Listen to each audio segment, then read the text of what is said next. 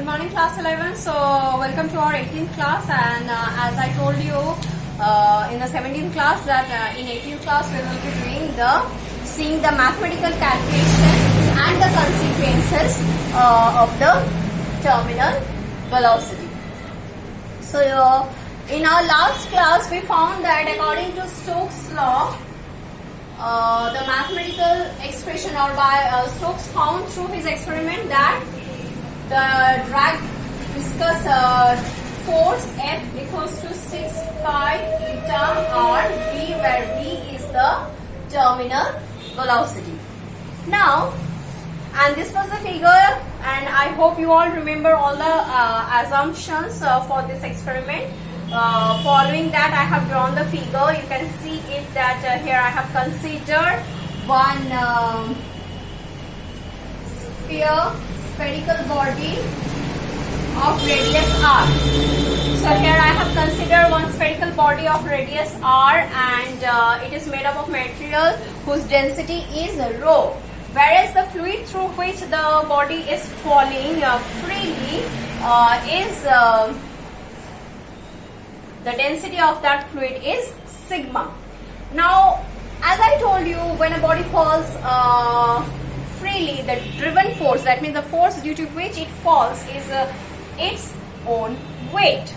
Now, when the body will be falling through a fluid, so as you have learned in your class 9 syllabus, that it suffers one upward force. It experiences one upward force which is known as upthrust. And also in class 11 also we have discussed about this thing, about the upthrust and the Archimedes principle. So when it will when the body will be inside the fluid, then its weight W, this weight is not the same what we will find in air, whose viscous force is nearly negligible. Okay, very low. So when it will be inside the fluid, viscous fluid, due to the upthrust, the weight will reduce. So that's why you are seeing here that in the downward direction the weight is acting, and in the upward direction both upthrust and the viscous force is acting. Now, according to the definition of the terminal velocity, what we know that terminal velocity is the constant velocity attained by the spherical body while falling freely through a liquid when the viscous force becomes equal to the effective weight. There I am using the term effective weight. Now, what is effective weight? Effective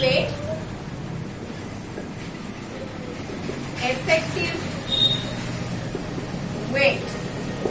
Let me write it with mg prime. As you all know that mass is the constant factor, so the reduction in the weight will be due to the change in the acceleration due to gravity. So this is going to be actually W minus U. What is this W? This W is actually mg.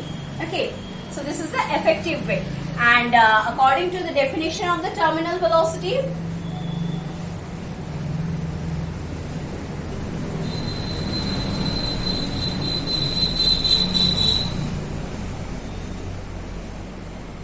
by the definition of the terminal velocity, what we have that terminal velocity F mg prime is equals to F. Now let us find out what is this mg, how much will be this mg prime in terms of the density. So let us first write what will be the weight of the sphere in air. That is going to be, mass is actually volume into density 4 by 3 pi r cube rho and g. So this is the actual weight of the body in the air. Now the effective one, this one. So for that we must know about the value of u And what we know about the value of U, the upthrust, is actually the weight of the displaced fluid. Now how much weight it will displace? So this is going to be, this U is going to be the same volume 4 by 3 pi r cube, but the density will be the density of the fluid, that means sigma and G, and hence this becomes, what does this becomes? This becomes 4 by 3 pi r cube G rho minus sigma, that is equals to 6 pi eta RV. Now from this, let us cancel whatever we can cancel on both sides.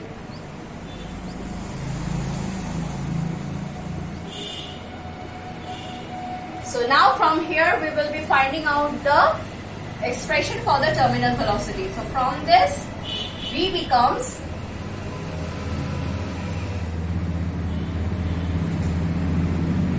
two by 9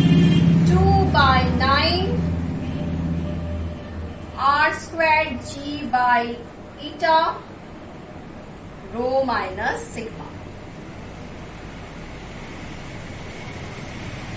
So this is the relation of the terminal velocity when a solid sphere of density rho falls through a fluid whose density is sigma. Okay, whereas the eta represents the coefficient of viscosity. Now from this, what we can conclude? Before concluding this relation, here I would like to tell you about one thing for air. When the solid sphere will fall through air, suppose this is not any other viscous fluid, it is air. So when it is air, so for air,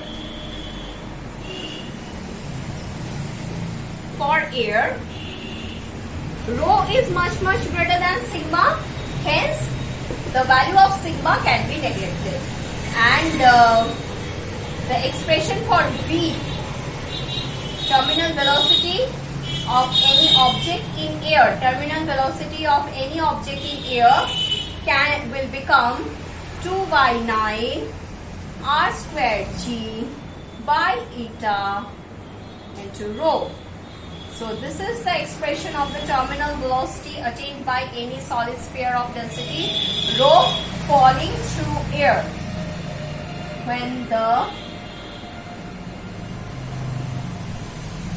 fluid is air. Okay,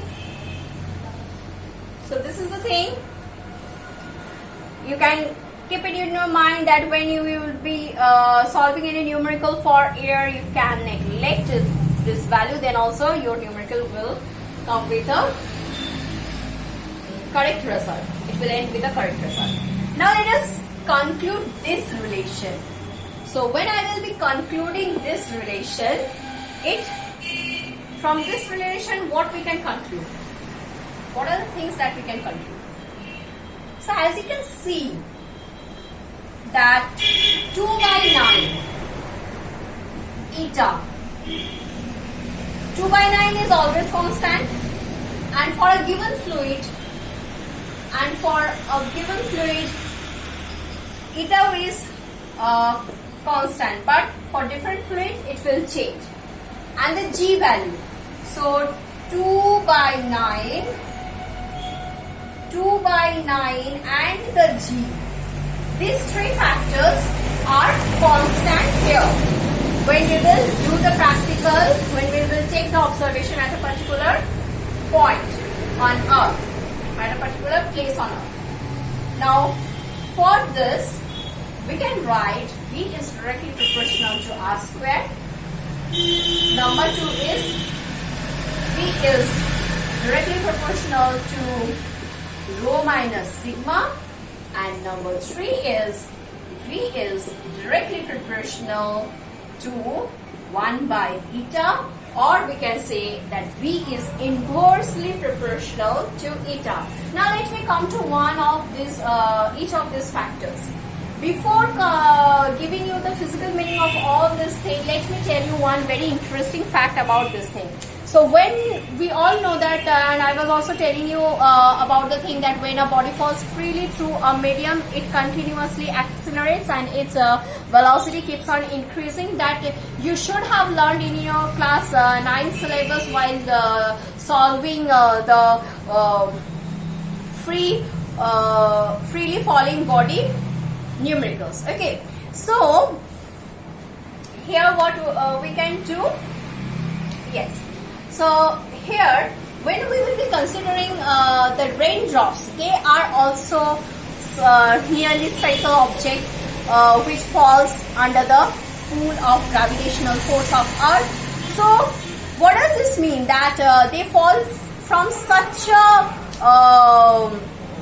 high altitude. So if it will keep on increasing its velocity due to the acceleration due to gravity or the force of gravitational pull, then it could have damaged our head or body parts when it would have strike, or it would have make a contact with us, but this does not happen. So think, the nature is so beautiful.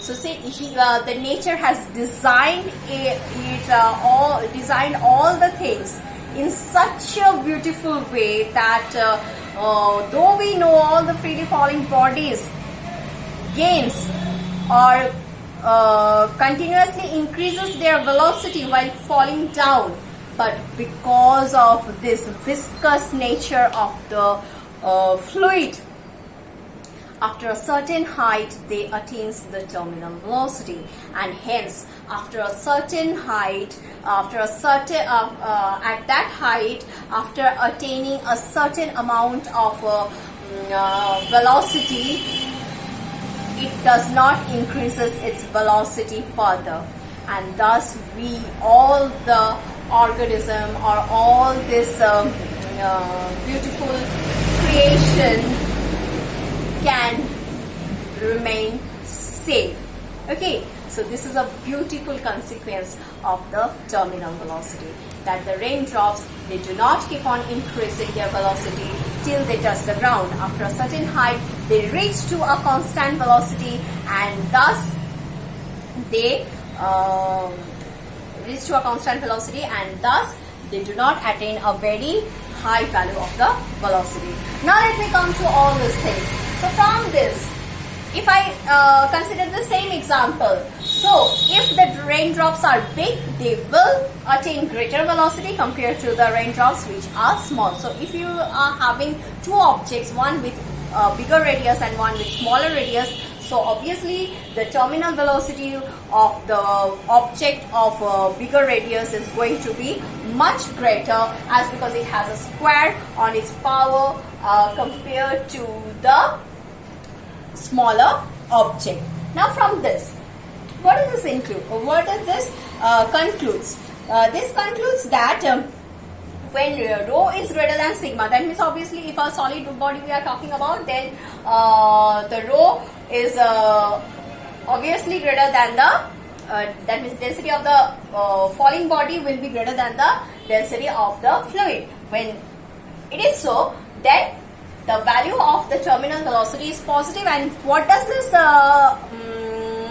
implies? This implies that the body will fall in the downward direction because of its own weight. But if the reverse thing happens, that means if sigma becomes greater than rho, then what will happen? That means this is a situation when the body which is falling through a liquid, falling will not be the appropriate word, but for now let me tell it that when the body will be falling through a fluid of a greater density than the object, then what will happen? This will result in negative value, and that negative sign will imply that the object will not fall in downward direction, it will go up. Can you think that one example? Yes, obviously the air bubble inside the liquid, as it is made of air, so it is its density. The density of the bubble is less than the density of the fluid or the liquid in which it has originated. That's why the bubbles always move in upward direction. Now, the lastly, the thing is that V is inversely proportional to coefficient of viscosity. So, what does this mean? That with more viscous, when the coefficient viscosity is very high, the terminal velocity attained by the falling object will be less. So, with the increase of the viscous nature of the fluid, the terminal velocity is going to become less. So, when we will be meeting at our practical lab, so you will see that we are having two fluids. That means I was telling you in my previous class that you have to perform experiments based on that Stokes law, and applying this formula actually you will be performing the experiment, and there you will get two cylinders. One is filled with a little bit greater, one cylinder is filled with a fluid whose viscosity is slightly greater than the other one. So over there, you can, when you will be calculating this terminal velocity by dropping some spherical spheres through the fluid, you will find that in both the cases, the fluid which has greater viscosity, it will take longer time to fall the same distance, whereas the fluid